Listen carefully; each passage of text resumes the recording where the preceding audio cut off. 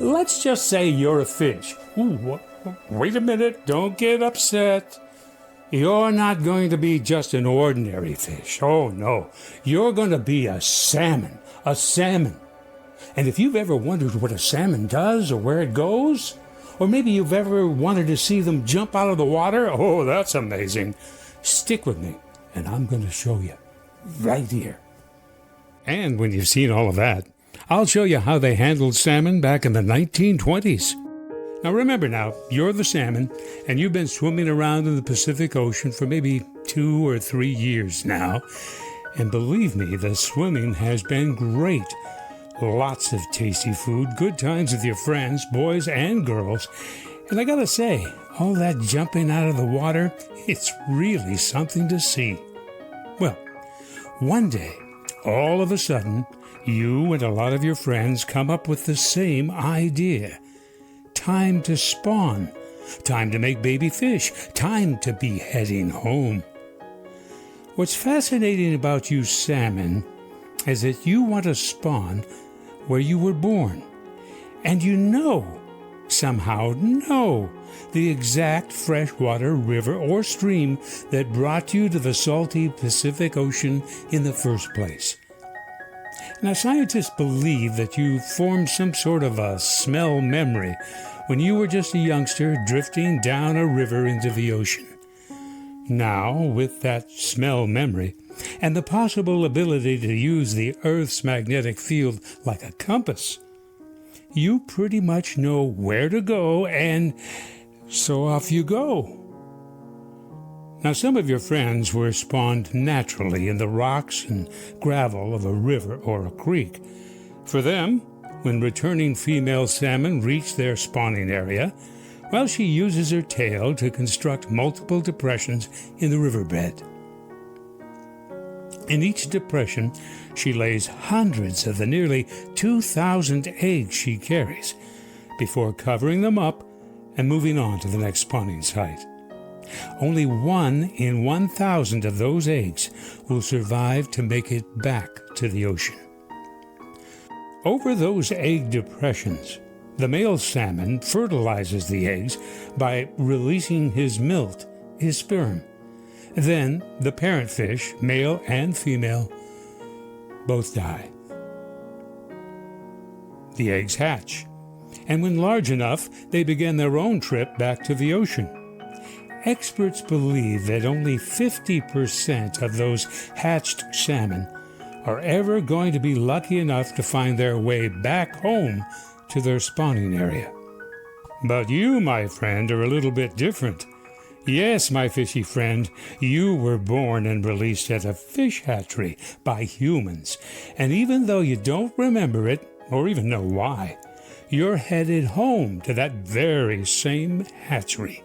You are a Pacific salmon, and you begin your swim at the mouth of the Rogue River at Gold Beach in Oregon. You are now 173 river miles away from that hatchery spawning site. It's going to take you 2 or 3 weeks to fight against the flow and leap through the boulders to find your home. As soon as you reach the fresh water of your spawning river, you stop eating and use your remaining energy in a determined push through, around, and over all obstacles in the water to reach your goal. Home for you is the Coal River's Fish Hatchery, the largest producer of hatchery fish on the Oregon coast. You were hatched here, and after growing up in a fish nursery pool for years, humans released you so you could swim down and drift back to the ocean. Built in 1973, the hatchery is named for Cole Rivers, who for 25 years was a biologist with the Oregon Fish and Game Commission. Few men have done as much good for the Rogue River as Cole.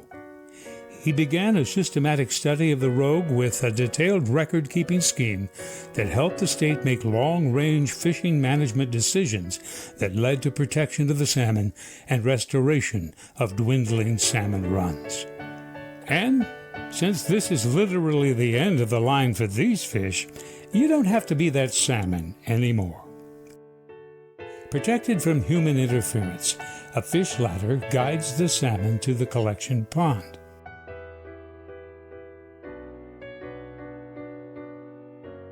It's a big leap to get in, and once in, not everyone's happy to be there. A few try to escape. And for those who make it out, well, it's really no use. They keep trying to get back in until they're just too tired to try again.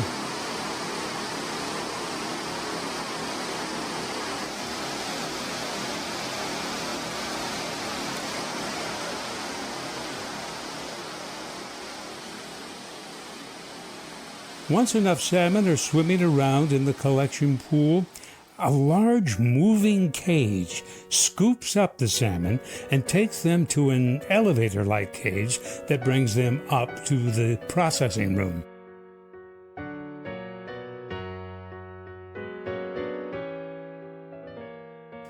In the processing room, the fish are sorted by species, maturity, and sex. Eggs are removed from the female salmon, cleaned and fertilized with the milt taken from the male salmon, and then the eggs are placed in an incubation tray and stored in a large fish nursery. About 40 days after fertilization, the eggs hatch into baby salmon called fry, and around 60 days later, they're large enough to be moved to the nursery ponds outside. The salmon are fed until they're large enough to be released, and depending on the type of salmon, that could be 1 to 1.5 years after arriving at the hatchery. Now, as many as 2 million salmon a year are released from coral rivers. Other fish raised here at the hatchery are steelhead trout that also spend about 4 years in the ocean before they too return to spawn. In addition, over 15 million trout that live only in freshwater are also raised here at the hatchery after being trapped in the wild.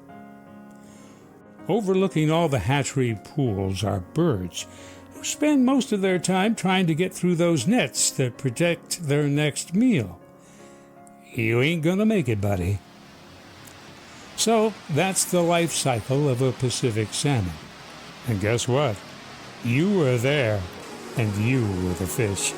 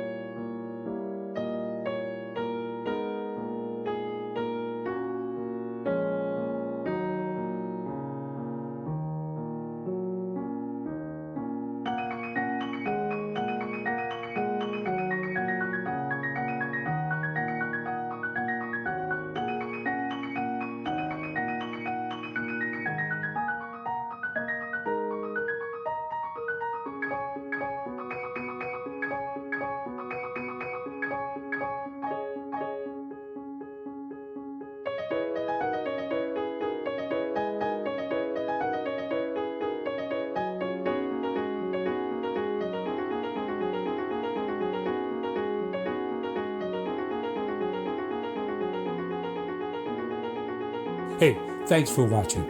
And we'll see you next time with something brand new. Don't forget to subscribe, maybe give us a thumbs up. Have a great day. and an even better tomorrow. I'm still here. Really, right here.